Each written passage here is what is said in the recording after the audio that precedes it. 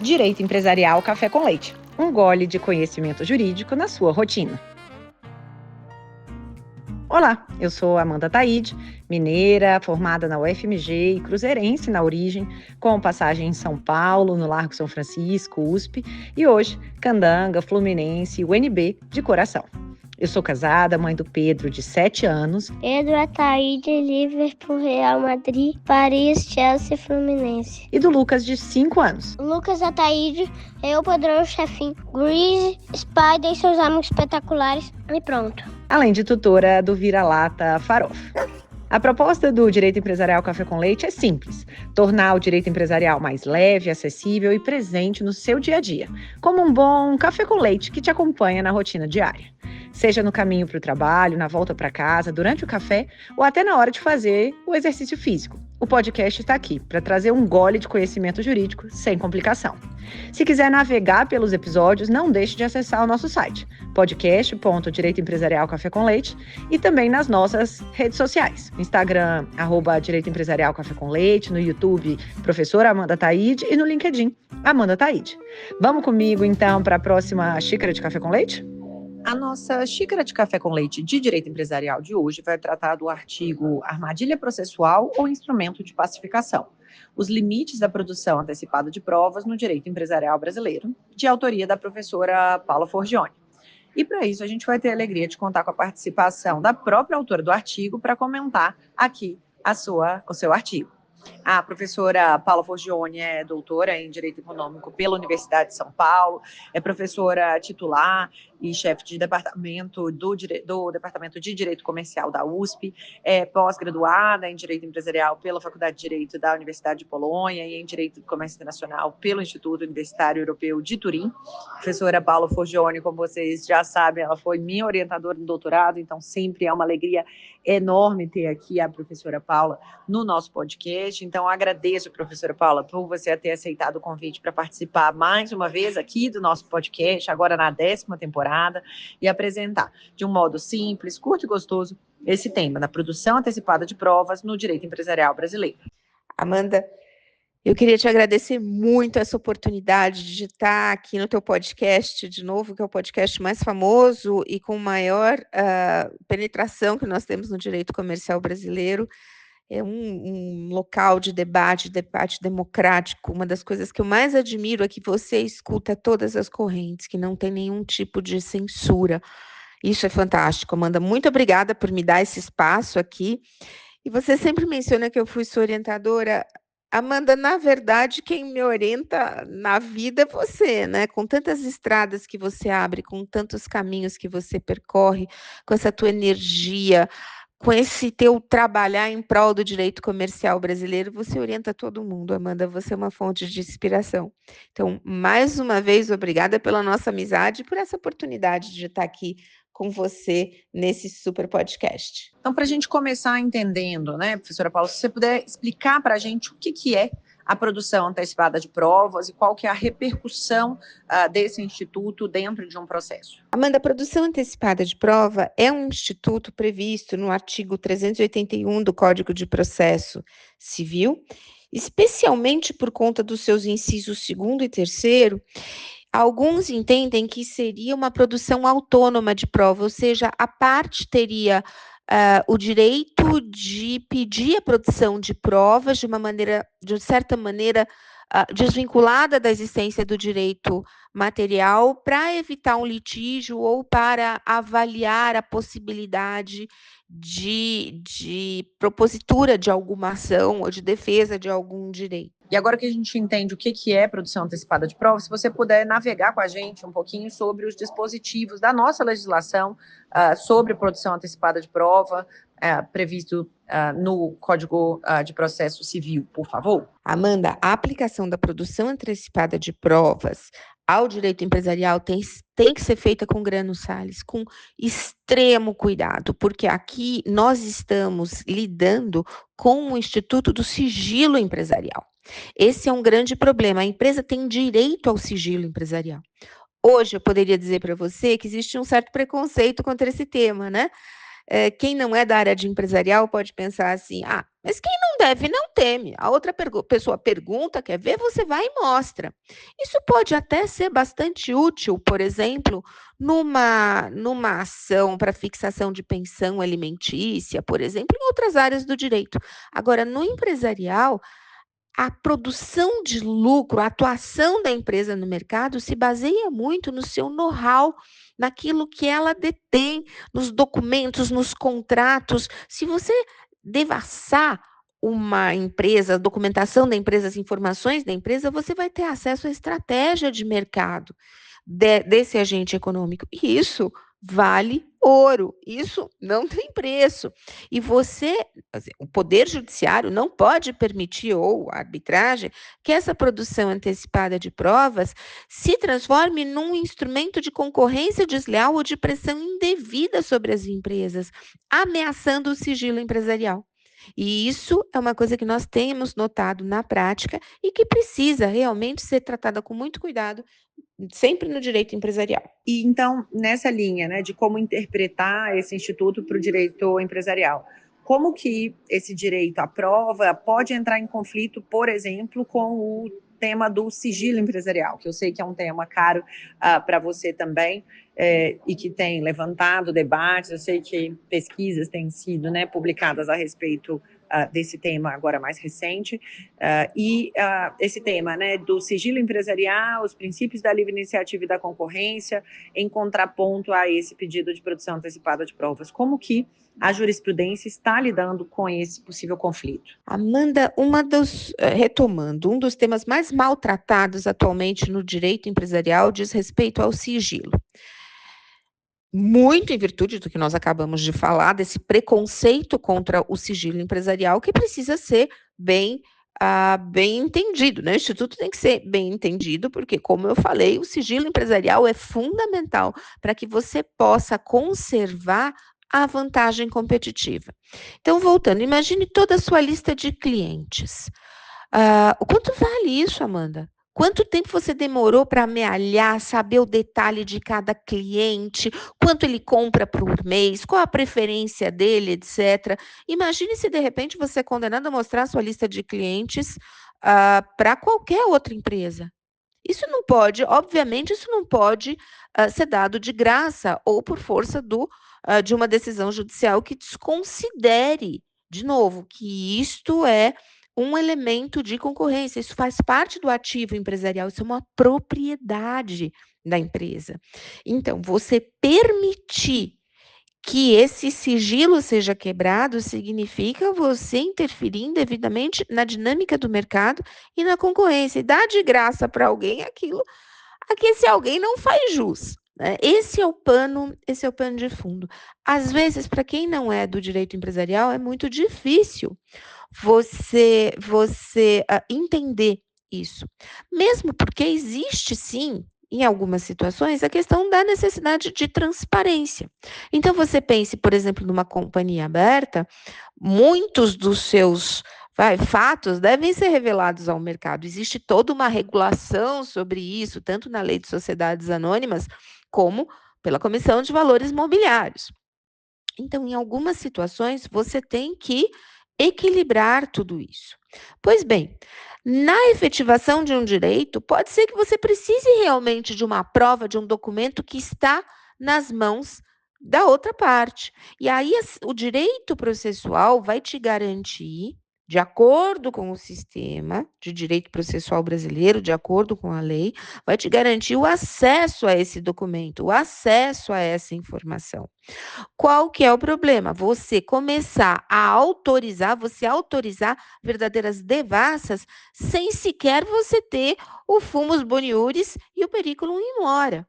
Você pode esperar, então vamos fazer toda uma instrução, se não há o periculum in mora, né? Quando eu falo você pode esperar, estou falando de uma maneira muito coloquial, mas vamos esperar, então, para fazer todo um procedimento diante do juiz para ver se você tem direito àquela prova.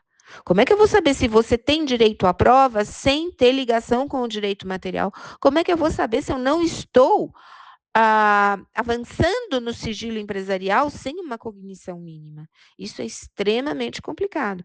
Por isso que nós defendemos, e muitos defendem hoje em dia, que no direito empresarial, essa ideia da produção antecipada de provas tem que sopesar o direito à prova, mas também o sigilo empresarial. E mais, que você precisa ter uma aparência firme de bom direito e também o periculum in mora, que se você atropelar os fatos, falar, não, eu vou dar a prova independentemente de qualquer coisa, você pode realmente estar intervindo no mercado e atrapalhando a dinâmica de funcionamento desse mercado e pior, repetindo, né, dando ao agente econômico que requer algo que não lhe pertence.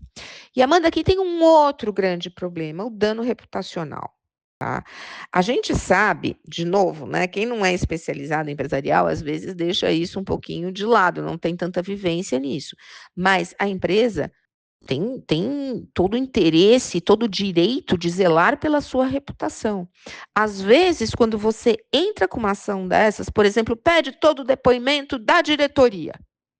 Amanda, isso vai parar nas manchetes dos jornais. Você pode imaginar presidente da empresa tal chamado a depor sobre sei lá o quê, em juízo. Você sabe que a mera existência desse fato, essa mera ocorrência pode causar muitos danos à empresa. Então, nós não podemos pensar, quem não deve não teme, vai lá e fala para o juiz o que tem que falar. Não é assim.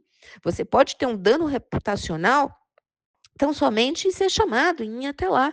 Por isso que os julgadores têm que tomar muito cuidado com isso. E depois, Amanda, depois que o estrago é feito, nada repara. Nada repara. Nós sabemos o problema da indenização de danos reputacionais, praticamente impossível. Né? Então, é uma coisa muito, extremamente complicada. Espera só um pouquinho que eu já volto para falar com o nosso entrevistado.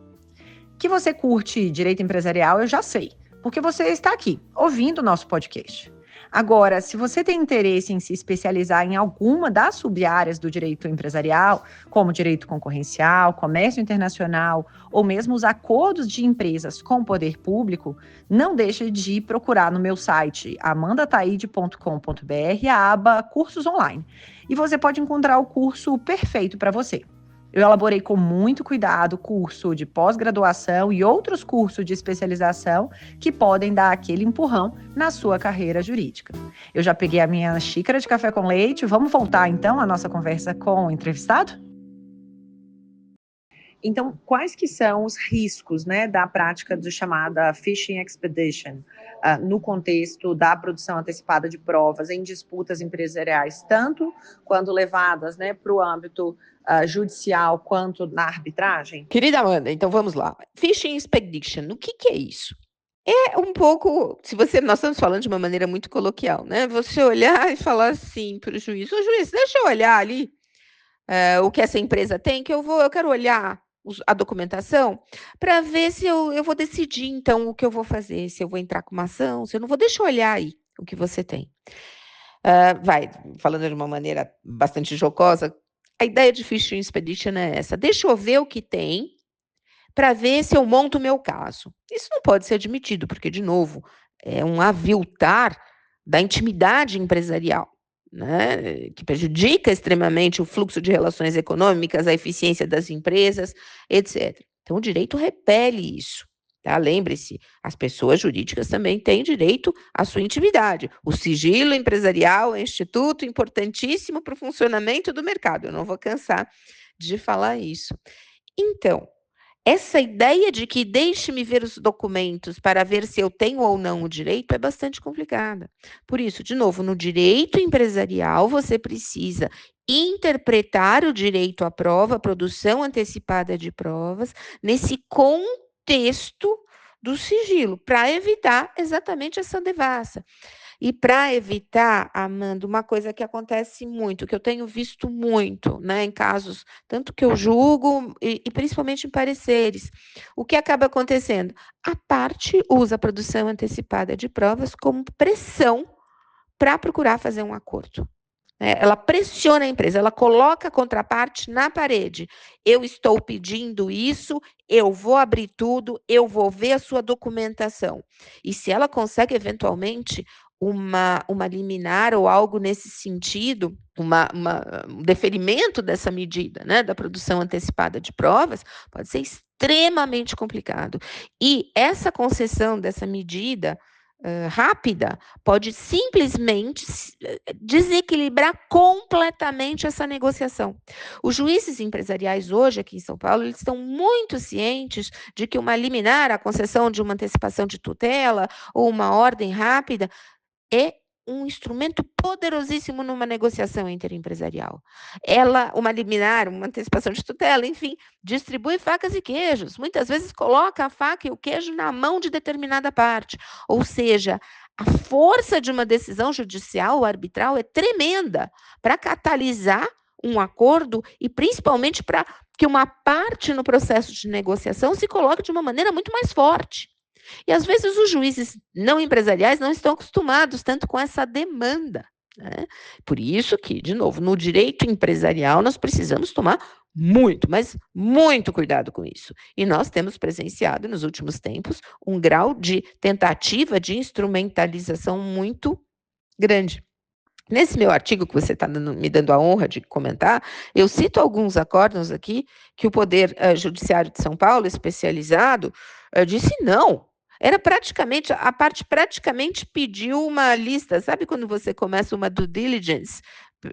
Era uma lista daqueles documentos que a parte queria ver, da outra empresa.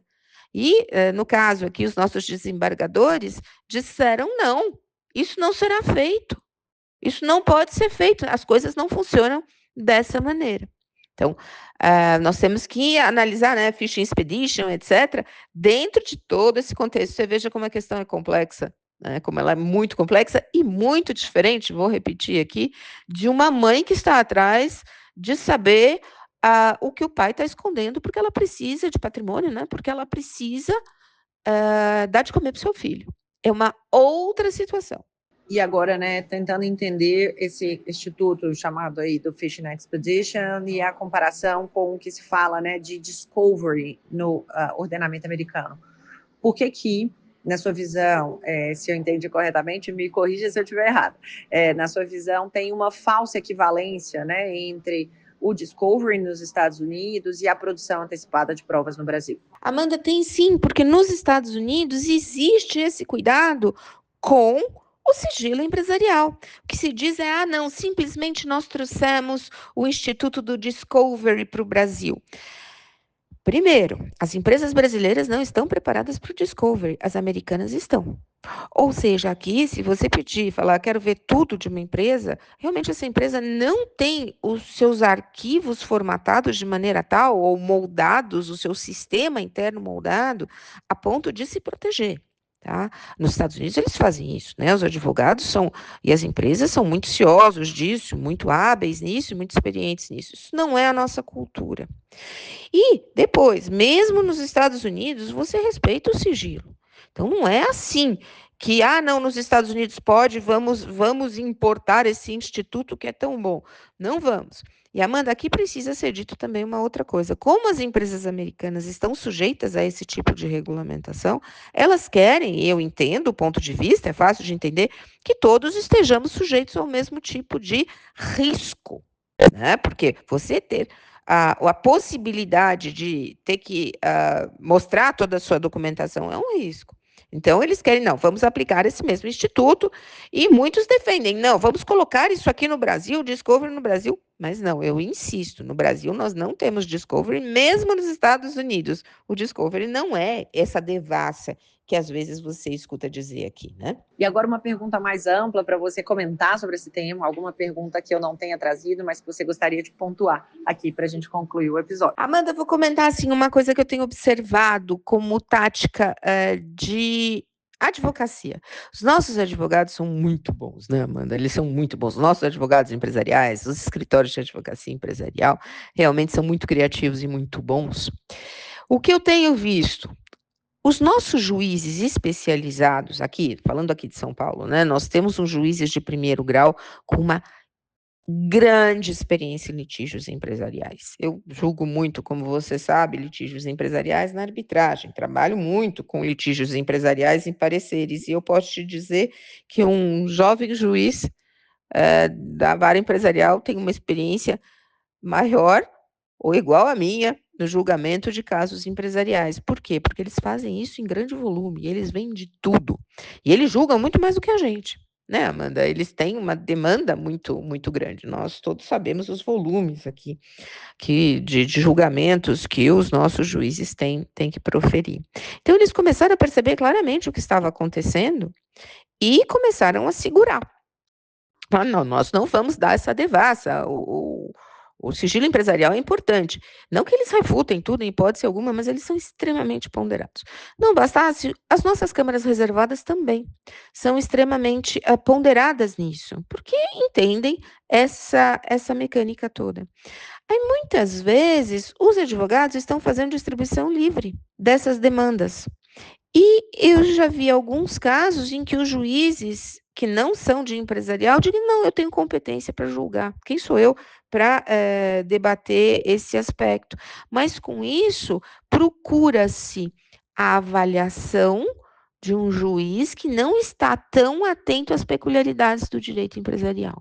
E aí, realmente, algumas decisões podem comprometer o sigilo, comprometer o bom fluxo de relações econômicas e expor empresas a danos reputacionais bastante elevados. Eu acho que essa é uma observação interessante nesse contexto todo. Né? O direito empresarial, a aplicação do direito empresarial em juízo, o contencioso empresarial, seja em juízo, enfim, seja na arbitragem também, é uma coisa empolgante. Eu participei, recentemente, eu ainda era presidente do Conselho da Câmara de Arbitragem, aqui do Conselho Consultivo da Câmara de Arbitragem Brasil-Canadá, também faço parte do Conselho da Câmara da CIESP, e você teve regulamentos, essas câmaras editaram regulamentos sobre a produção antecipada de provas, e nesses regulamentos você vê a preocupação, porque o árbitro tem que ser experiente, você não pode ter um árbitro inexperiente julgando empresarial. O árbitro tem que ser experiente, e esses regulamentos, se você os ler com atenção, você vai ver essa preocupação com a conexão com o direito material para evitar efetivamente danos às empresas e uma aplicação assodada do Instituto da Produção Antecipada de Provas no campo empresarial. E agora conta pra gente, então, uma pergunta dessa 10ª temporada, novidade, uma habilidade não jurídica que você tem. Conta pra gente aí algo que você faz muito bem, que não seja do meio do direito, porque do direito a gente já sabe que você manda bem. Conta pra gente aqui uma habilidade não jurídica. Amanda, minha querida, acho que você vai rir com o que eu vou falar. Não sei se eu sou muito boa fora dos livros, não, e muitas coisas, mas olha, uma grande habilidade que eu tenho é correr atrás dos meus filhos, Amanda. Como você sabe, eles já estão grandes, 25 e 26 anos, meus bebês, e enfim, a minha vida é correr atrás deles, Amanda. Eu vivo correndo atrás dos meus filhos, o que eles fazem, onde eles estão, etc, etc. Eu sou muito boa em perseguir meus filhos o tempo inteiro, e as pobres almas têm que administrar a mãe que eles têm. Acho que uma boa habilidade que eu tenho é correr atrás dos meninos. Essa aí, para desespero deles, eu sou muito boa mesmo, viu? Por hoje é só, então, agradeço muitíssimo pela sua presença e até a próxima. Amanda, quem agradece sou eu, né? Muito obrigada por esse papo, você sempre estimulando a gente, sempre com questões inteligentes. Amanda, eu não sei como você dá conta de se manter tanto atualizada, de saber tudo que está sendo publicado, que cada um dos seus colegas está publicando. Fantástico, Amanda. Ainda toca o UNB, é mãe também de 2 meninos, esposa, uma super palestrante, autora, advogada, consultora, misericórdia, Amanda, parecerista, realmente você é totalmente fora da curva e é uma bênção e é um orgulho ser sua amiga, Amanda. Acho que no meu currículo está que eu sou sua amiga e que nós ainda bem somos bastante próximas. Muito obrigada por tudo, minha querida. E continue, por favor, prestando esse serviço incrível para o direito empresarial, Amanda. Um grande beijo. A nossa xícara de café com leite foi devidamente tomada. Me diz então, esse episódio foi útil para você? Ajudou na sua vida de algum modo? Se sim, vai lá no Instagram, no YouTube, no LinkedIn e comenta comigo. Até o próximo episódio!